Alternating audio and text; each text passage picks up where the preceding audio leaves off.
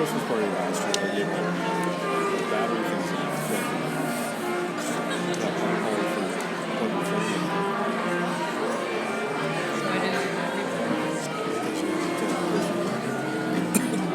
Well, that speaker thing I removed that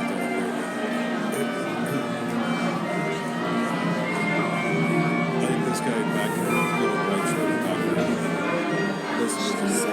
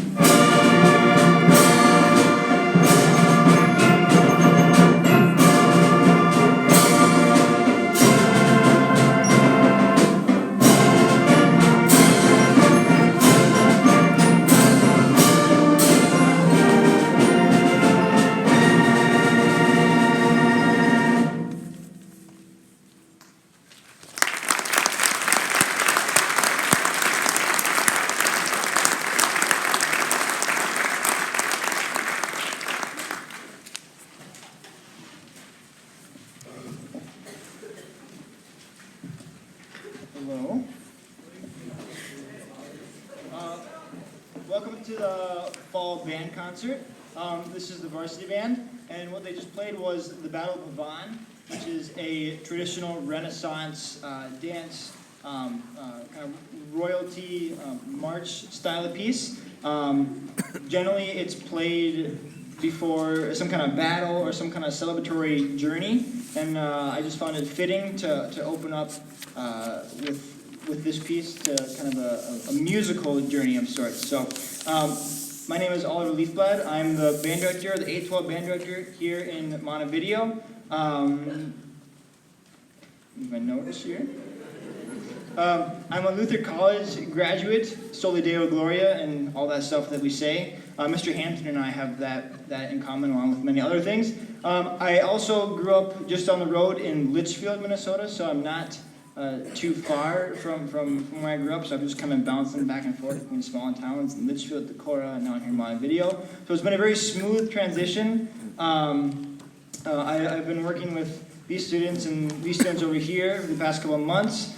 We started off with some march and pep band stuff, and now we've kind of settled down from that 80s rock and current pop stuff and pep band music into our traditional concert band music. So far, I've been having a wonderful time getting to know all these students, and I plan on continuing to have a wonderful time with all you guys.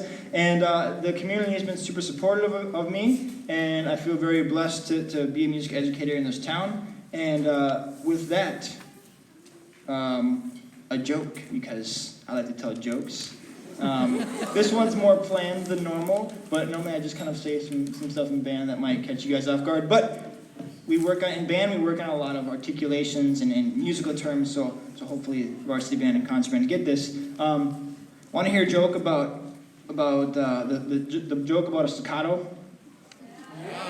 Never mind, it's too short. Part two. Wait, there's more. Want to hear the joke about the fermata? Never mind, it's too long. Thank you. Okay, with that, varsity band will continue with Variation Overture, which is by Clifton Williams. I chose this piece, and I was drawn to this piece because Clifton Williams is a composer that writes a lot of music for college level music and some challenging high school music. And this is one of his few pieces, actually his only piece, he intentionally wrote for a young band. And what he did was he employed techniques that a mature musician, college musician, or advanced high school student uses, but puts it in a melodic, lyrical form that a young band can handle while still practicing those mature musical techniques. Another thing he also does with a typical overture is he puts a melody in 4 different styles, and it's up to the band to portray those 4 different styles, and I hope you hear all those different styles with the same melody. Here's Variation Overture by Clifton Williams. Thank you.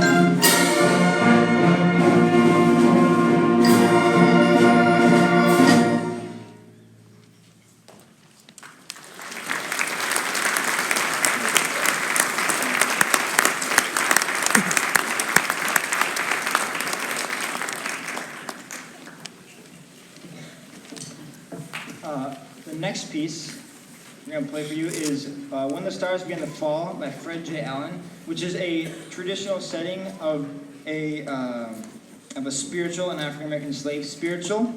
The lyrics depict, it was depicted by Fred J. Allen, the longing for the end of time, or the longing for a better time after slavery or something beyond. And I talked about with Varsity Band, there were two options for these people that were singing this.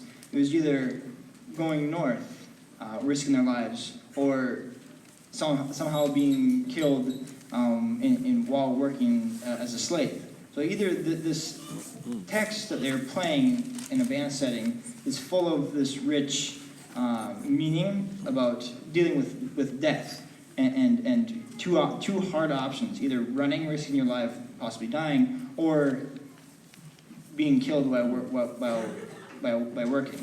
So, the last little bit of the refrain is kind of pushed off to the side with the tubas at the very end.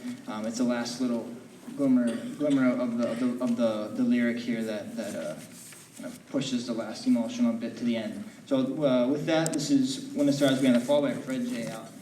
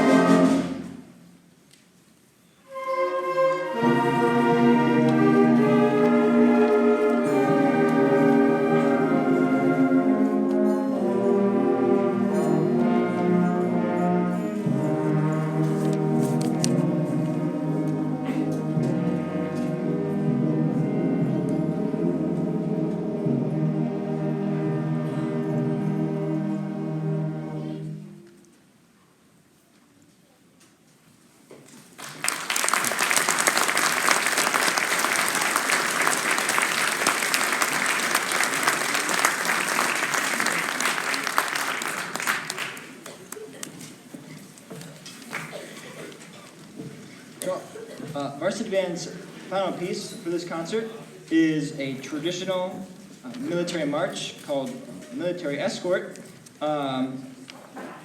So this marches, without marches in the military, this band and that band and other bands you see at other schools would not be as they are today, because marches and bands go hand in hand. They are the reason people in the military, armies would use bands and percussion to signal certain things to the army or military or troops what to do. And then when people came back, they wanted to keep playing, and there's all these people like John Philip Sousa and Eugene Bagley that were writing all these great marches. And the people, that's where we have these community band shells and all these sorts of things, and that's where these military bands would play. We're at these band shells coming back from war, and they would, especially during celebrations. And so this piece, Military Escort, was written by Harold Bennett, and John Philip Sousa, one of the most prolific military march writers of all time, once said he wishes his name was on this piece, because at one point it actually oversold his most famous Stars and Stripes Forever, which is one of the most famous marches of all time. And this piece oversold that for about 4 years. So this is a very famous march written by someone other than John Philip Sousa. So here's our last piece of the night for Varsity Band, Military Escort.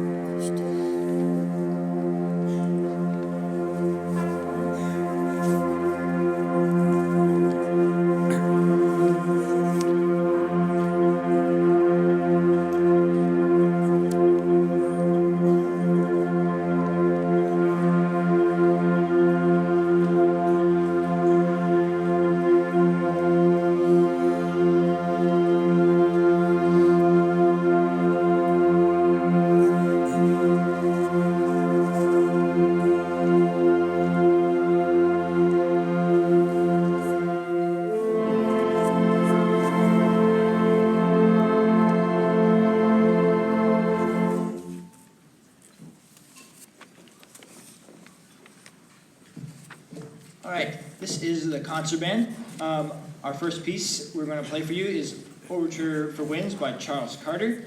I believe this is a majority of the concert band members' favorite piece. It was the first piece I gave them. I gave them all a copy of a page or so of this, and they practiced it before I gave it to them.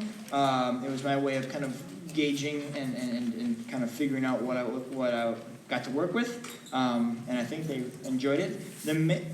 Similar to a lot of other overtures, the main melody, you hear it right away in the beginning, and then it's brought back throughout. And this one, it's brought back 3 times. It's the very beginning, it's the intro, it's the core of the melody, and then the second time, it's kind of lengthened, and it's kind of more lyrical and slower. And then the third time, it's brought back similar to the very beginning, but then it's used to build all the way to the end. This is Charles Carter, Overture for Winds.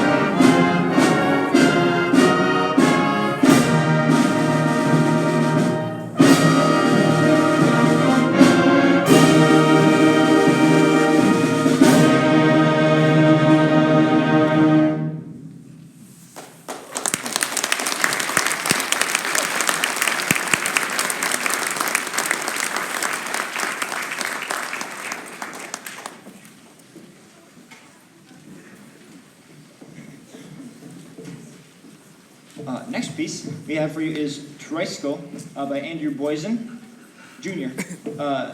The main reason it's called Tricycle, the reason Andrew Boysen Jr. calls it Tricycle, is because there's 3 ideas brought in throughout the piece, and then at the very end, he stitches them all back together. The reason I came up with before reading it is I listened to it, and this is what drew this piece to me. It made me think of kind of the childlike wonder you get from doing really simple things for the very first time, like riding a tricycle.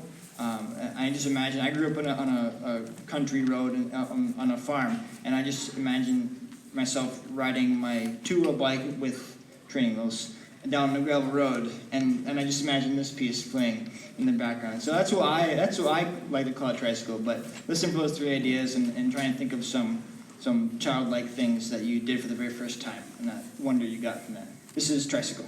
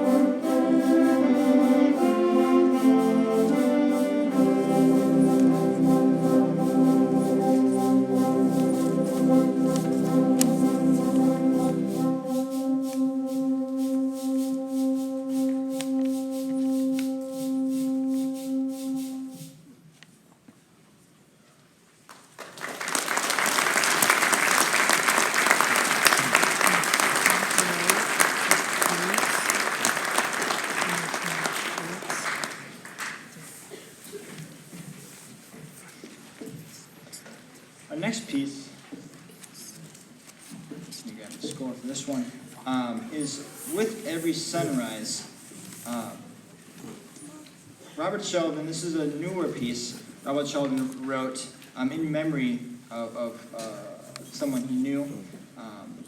With Every Sunrise he wrote this, a lyrical composition that is all at once poignant, uplifting, wistful, yet hopeful in its presentation. There are moments of power and joy, contrast, and the gentle nature of the piece provides a vehicle for a broad range of expression.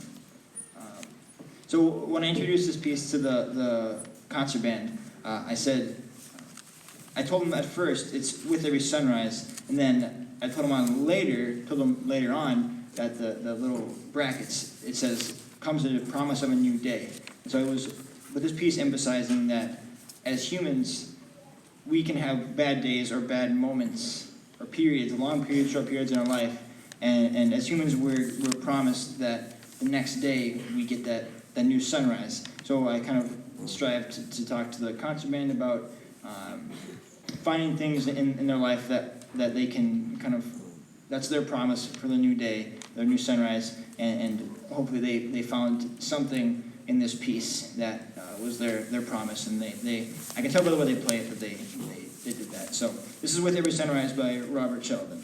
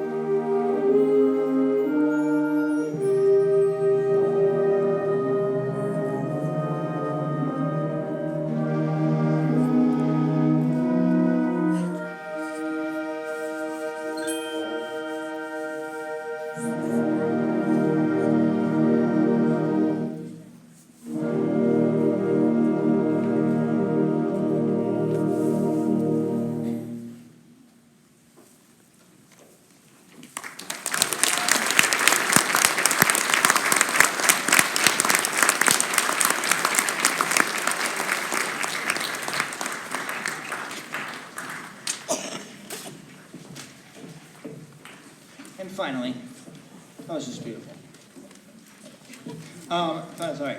And finally, before we do our next piece, I just want to give a special thanks to all of you for coming out and supporting the band program, and in turn, myself and the school.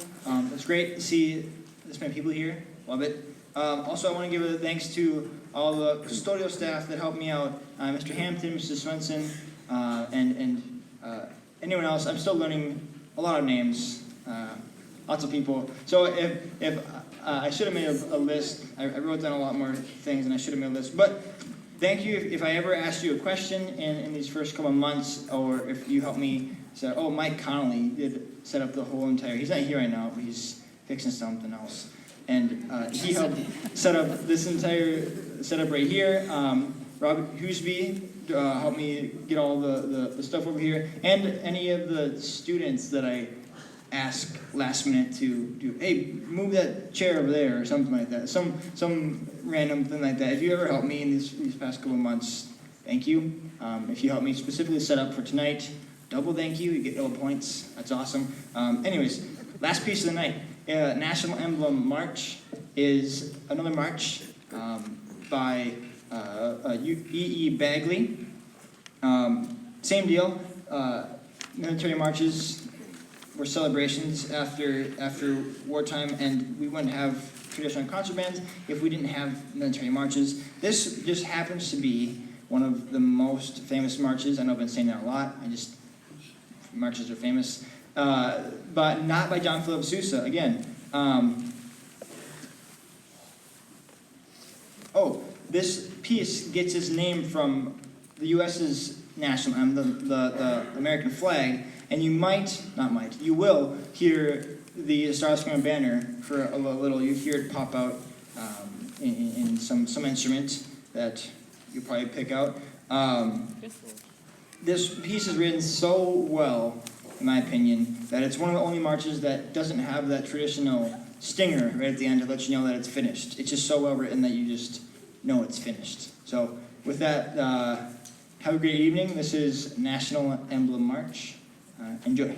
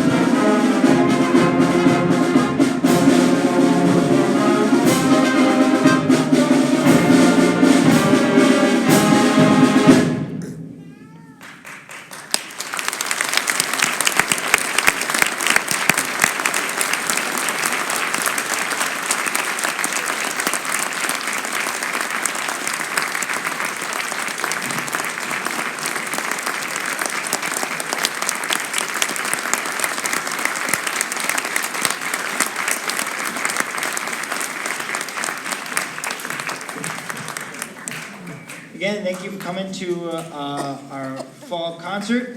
I appreciate it. Band kits, instruments, and folders